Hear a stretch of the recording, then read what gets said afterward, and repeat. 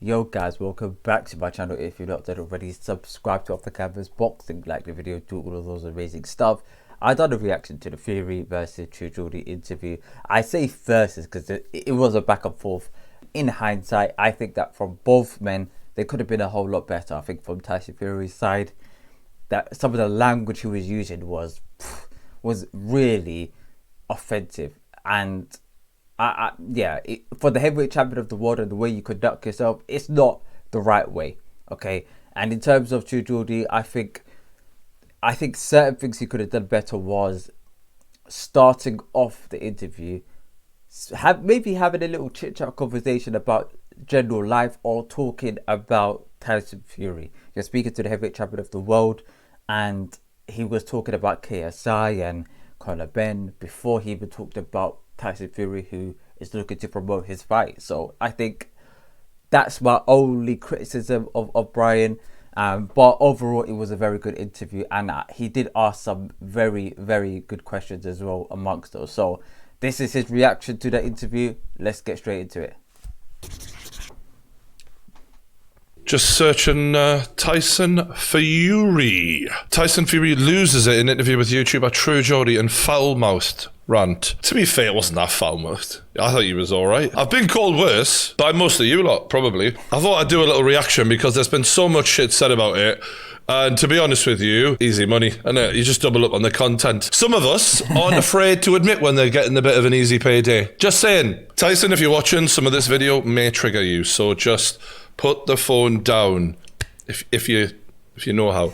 All right, first thing, as you can see here, bold by choice. I want to get that out the way because some of you lot, boldy, Tyson included, pot kettle black, by the way. I don't know if he was just sort of jealous I took his look from him and did it better than him. Is there jealousy there, do you think?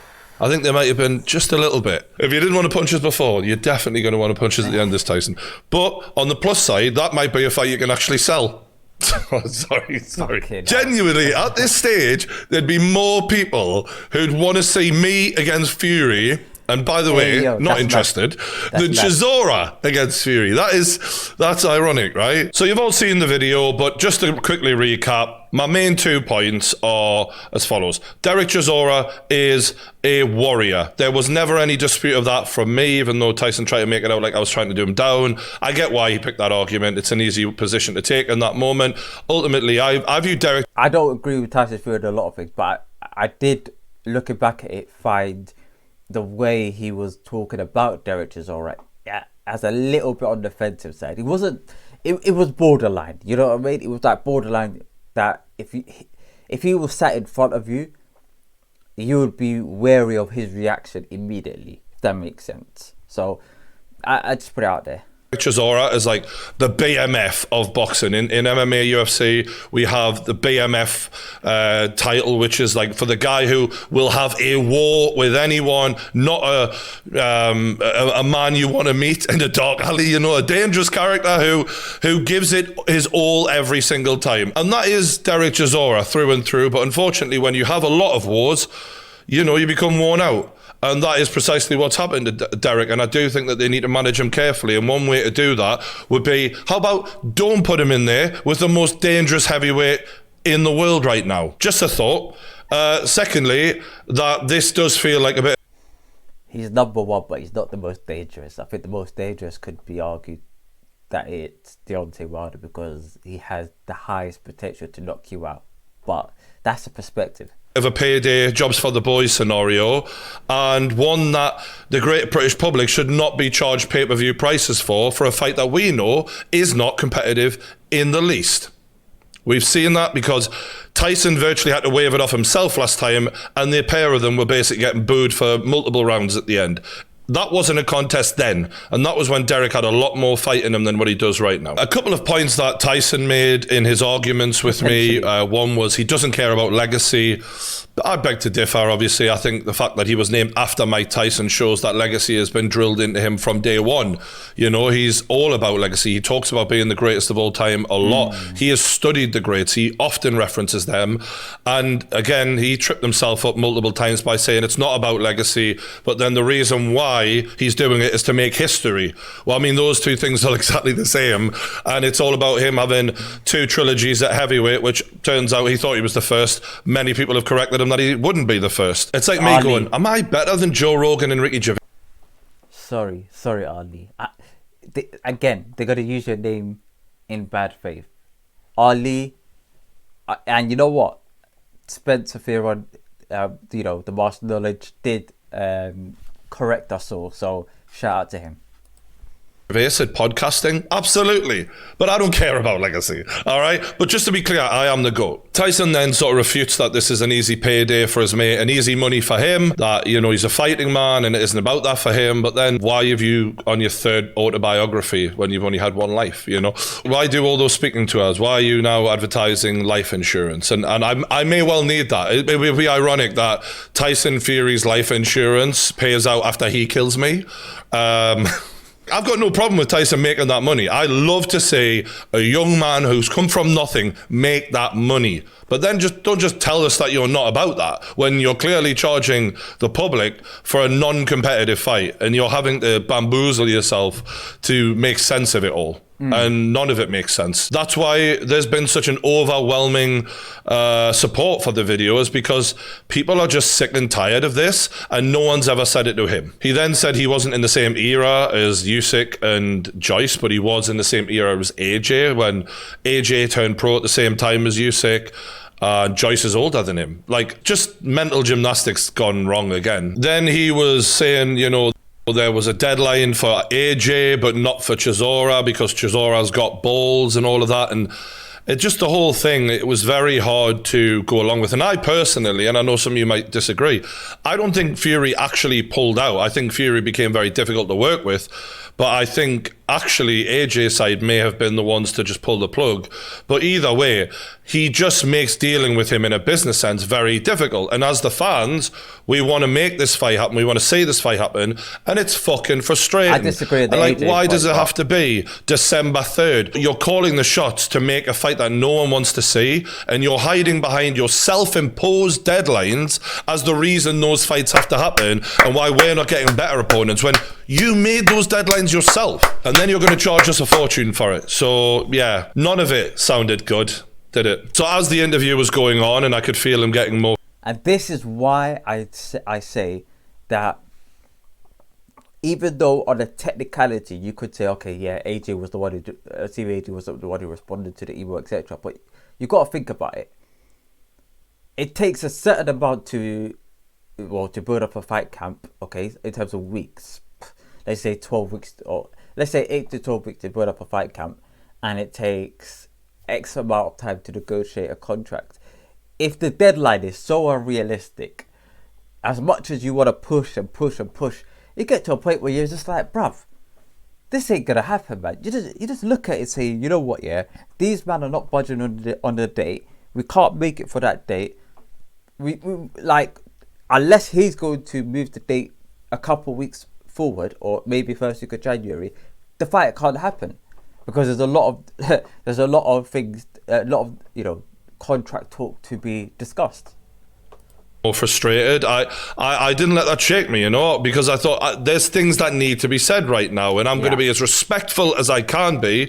And luckily, a lot of you out there recognize the amount of respect I paid Tyson, and still say what needs to be said. But ultimately, this guy does not respect me, and he thinks I'm beneath him. It's who the hell are you to tell me what I need to be doing? Ego is an amazing thing when it comes to becoming heavyweight champion of the world. You want to prove to everyone that you're better than everyone else, and you go and do it, and then you get to say, haha, I told you so. It must feel fucking amazing, right? But when it comes to then having that same ego and having a chat with a fan who merely questions your decisions, it's problematic. Because Tyson puts himself across as a man of the people.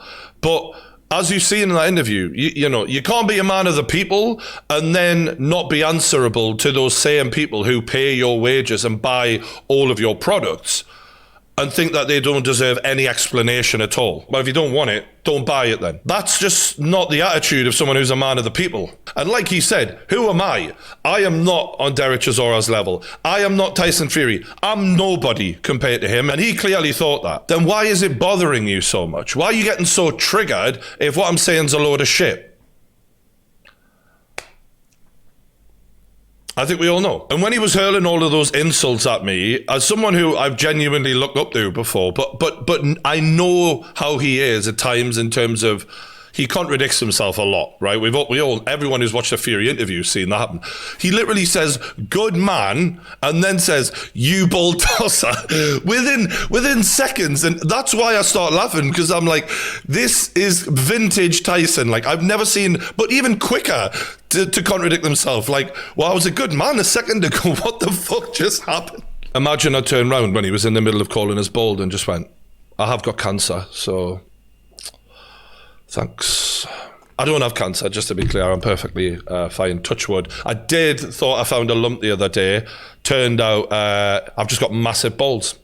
So, yeah. There was actually... Fam. I don't know. It's a bit of a bad joke, fam. It's a bit of a bad... Look, me, myself, for those of you guys who aren't aware, I suffered from it myself.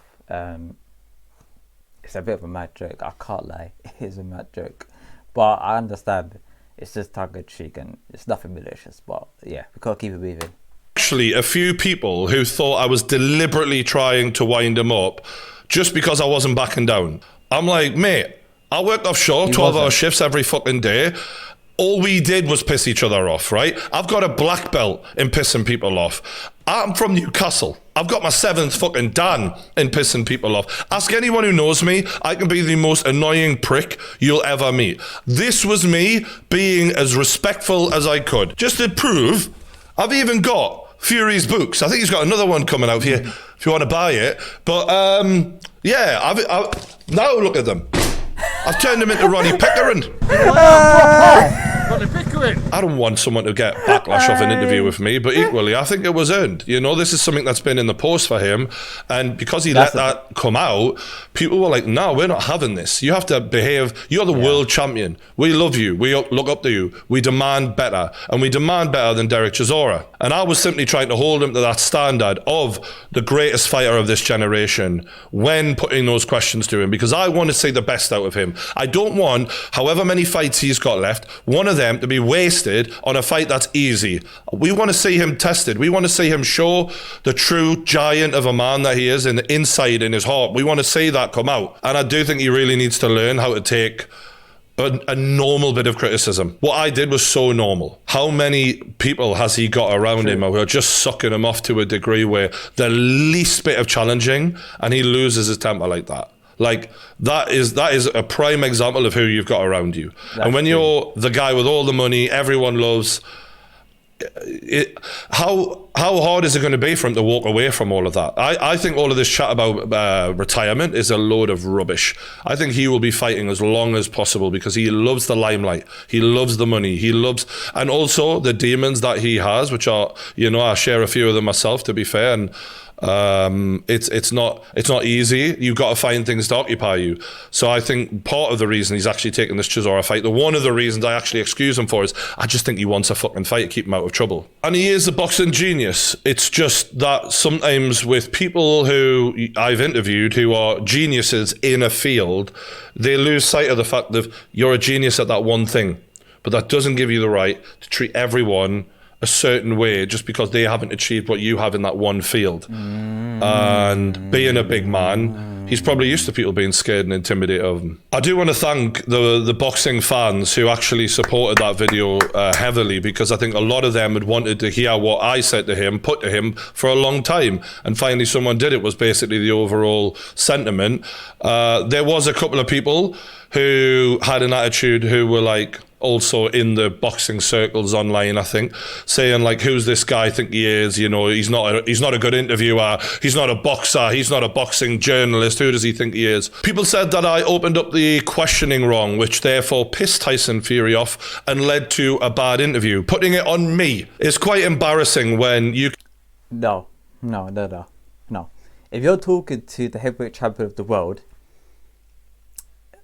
it makes sense to predominantly talk about the interview and not ask questions. Because if you're going to ask questions about general stuff, about, I don't know, random stuff, not to do with boxing, I get it.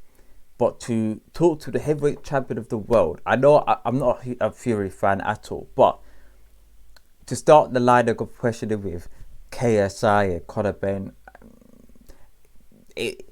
I think it could have been done towards the back end. Do you understand? To sweeten the mood towards the back end, because there's going to be some hard questions. And I think if you're going to provide a sweetener just to get him more comfortable and open up a little bit more, a KSI question and a drug question with Conor Benn, it's not really the best option, if that makes sense. You can suggest that me simply asking a question about KSI or Conor Benn could then trigger Tyson Fury to a point where he'd be that angry, when you can see from the minute go, he ain't in a good frame of mind. Anyone with an ounce of relations in their life to other people will be able to fucking say that. But nevertheless, let's take it out for what it is. No to KSI, you shouldn't be bringing him up. Well, KSI has the record on DAZN this year for highest selling pay-per-view. He is involved in a major storyline right now with Jake Paul and Tommy Fury. Tommy Fury was scheduled to fight Jake Paul, who was at that press conference on stage with Tommy Fury, Tyson Fury. He is involved in this, whether you like it or not. And Tyson Fury has often commented on that whole situation. There is millions of clips of him talking about Logan, Jake, KSI, all of that. There's loads of the clips out there. So to say he's refused to talk about it before is bullshit. He himself has actually lined up fights before for crossover boxing, or whatever you want to call it, with Thor Bjornsson and Francis Ngannou. So to say that this has nothing to do with him, all right, is he going to fight KSI? No. But to just chastise me for merely bringing the guy up, what a load of shit. Get off his dick, you fucking sackless soft pricks. Then to comment on the fact that I brought Conor Benn up when it's the biggest news story of the fucking year in boxing. And he himself has had his own issues with PED discrepancies, shall we say. So, yeah, he ain't in the same weight class, but to say Conor Benn is none of Tyson Fury's business, like, all right, is he going to fight him again? No. But would the people be interested to hear his thoughts on it? Absolutely. What is my job? To find that out. You fucking morons. Honestly. All of this is just... Again, Brian mentioned, when it comes to KSI having the highest amount of viewership on or pay-per-view sales on DAZN, Tyson Fury is on BT Sport. He's not on DAZN, if that makes sense. Also as well, on the Conor Benn part, yes, it affects him, but if you're like, first of all, you got to think about the aim of the interview. If your aim of the interview is to have Tyson Fury open up, him talking about a subject like drugs, knowing that he, in the past, he had his own, let's just say, issues with PEDs in the past, it's going to have his back up against the wall to an extent. It's not, okay, it doesn't excuse for him to do what he done, I agree, but you're going to put a man up, well, you're going to make a man like Tyson Fury have his defences up to begin with. And then when you open up about Derek Chisora afterwards, it's a bit like that first part, even though it wasn't, it didn't wind him up to the point where he was pissed off at. It was the little slight domino effect to justify Tyson's behaviour. Ultimately, part of those little digs that I received were people who had probably been showing up, you know what I mean, who felt a bit, you know, this guy's just jumped on the scene and boom, put it on him immediately. How many hours have I had with him? Well, you know why? You know when you lot say I'm not qualified to fucking interview Tyson Fury? Well, let me tell you some names. Ricky Gervais, Louis Theroux, Russell Brand, Jordan Peterson. These are the names that I fuck with. These are people who come to my fucking house and have actual sit-down interviews with me. I ain't running around chasing them while they're doing other shit. These are heavyweight intellectuals that I interview. So with all due respect, because I love fighters and they're the most entertaining people on the planet to me, but these guys don't get punched in the head for a living. These are very smart people. So for you to insinuate when I interview that caliber that I haven't got what it takes to interview Tyson Fury, you're a fucking moron. You really are. Like, I don't know how else to put it. Like, you're a fucking moron. These guys come for my audience, to access my audience that I've built over years of interviewing fascinating people, all kinds of sports stars, all kinds of celebrities. Absolutely. And that experience that I've had has enabled me in 5 minutes with Tyson Fury, or wherever the fuck it was, to get more out of them than a lot of these people criticizing me have gotten in the last 5 to 10 fucking years. So you're embarrassing yourself. You're like, honestly, I just literally stop. Just know you've picked the wrong one. Leave it at that. All right? Good. But True Geordie, they know more about boxing than you do. Well, that might be true, but you know what? You don't have to know shit about boxing to know Chisora and Fury should not be fighting again. Telling me I'm on a wind-up just because I didn't take his first answer. That's journalism. How am I having to explain this to fucking people who do this for a living? Some of these people criticizing me. That is journalism. Taking someone's first answer, okay then, that's what you do when A, you're a coward, or B, you're getting paid by the guy who's doing the interview, or you're scared to fucking not get another interview again. And actually, I have a level of empathy for that. But don't fucking come at me just because I've got the balls to do it and I've worked hard to get in a position where it doesn't fucking matter if I never speak to Tyson Fury again in a day of my life. That's why I laughed, because I couldn't give a fuck. And I know it's not fair. And I know they probably are a bit miffed that, oh, you got the fucking viral clip and we've been hanging around it for God knows how long. But you got too close. Journalists, you're too pally with them, and you need to keep that distance between them so that you can ask those questions. And that's the problem in a lot of these circumstances. Facts. And also Tyson's reaction shows why they don't, because they will be banned. And it isn't fair. True. But don't blame me. I am in love with this sport, and that's why I could talk confidently with Tyson Fury, despite never achieving anything in it. And look, how many of us have achieved anything out of it? It doesn't mean that we're not entitled to a fucking opinion, especially as paying customers. So in terms of my relationship with you lot, I'm always going to try and give you the best interviews I can. And it won't be perfect all the time. And people will now be looking at me to try and shoot me down because I've stuck up for myself here. But that is the journey for integrity. You will make mistakes. I will not get it right every time, but I'm going to keep fucking trying. Yeah. And I hope you appreciate that, because I do appreciate the level of support you have given me. Don't forget to hit that like button and subscribe. Thanks to all of you lot. And I will see you on the next one. Cheers. Big up to Geordie, man. I will see. Big up, because I've been watching him for years, and he's up there with probably, I would say, maybe my top 2, top 3 favorite YouTubers of all time. And so I think that when he's speaking with Tyson Fury specifically on this one, yes, he's qualified, and I agree 100% he's qualified. From the list goes on. The Louis Theroux interview, Ian Wright interview, Alan Shearer interview, the list goes on. My biggest takeaway is that I think he could have done a little bit different in terms of structuring the questions, but really and truly the main real I would say a fallout from this interview was really Tyson Fury, because when you are being interviewed by a person, okay, and they're asking you, I would say the Chisora questions were valid questions. I know there was a couple of moments where you could say he was just on the borderline, a little bit on the disrespectful side towards Chisora, but he did ask Tyson Fury some very key questions. The meaning was there, and you knew what he meant by those questions, and those are the questions that us fans have. So I'm proud that he did ask those questions. And you know what? If Tyson Fury it means that he goes into the next couple of interviews, the next, broadcasters, etc., knowing that, you know what, my back could be up against the wall here, or people could criticize me here, there, and everywhere. So I have to prepare for every circumstance, not just say, oh, you are not going to get interviewed, you're not going to get interviewed, he's not going to get interviewed, she's not going to get interviewed, fam, because it gets to a stage where they could all just hurdle up together and say, you know what, guys, let's just not interview Tyson Fury. Let's just not interview Tyson Fury. If he's going to be like this, let's not interview him. But good response to the Tyson Fury interview from GEORDIE. And yeah, onwards and upwards. But until next time, peace and prosperity. And I'm going to see you in the next video. Peace.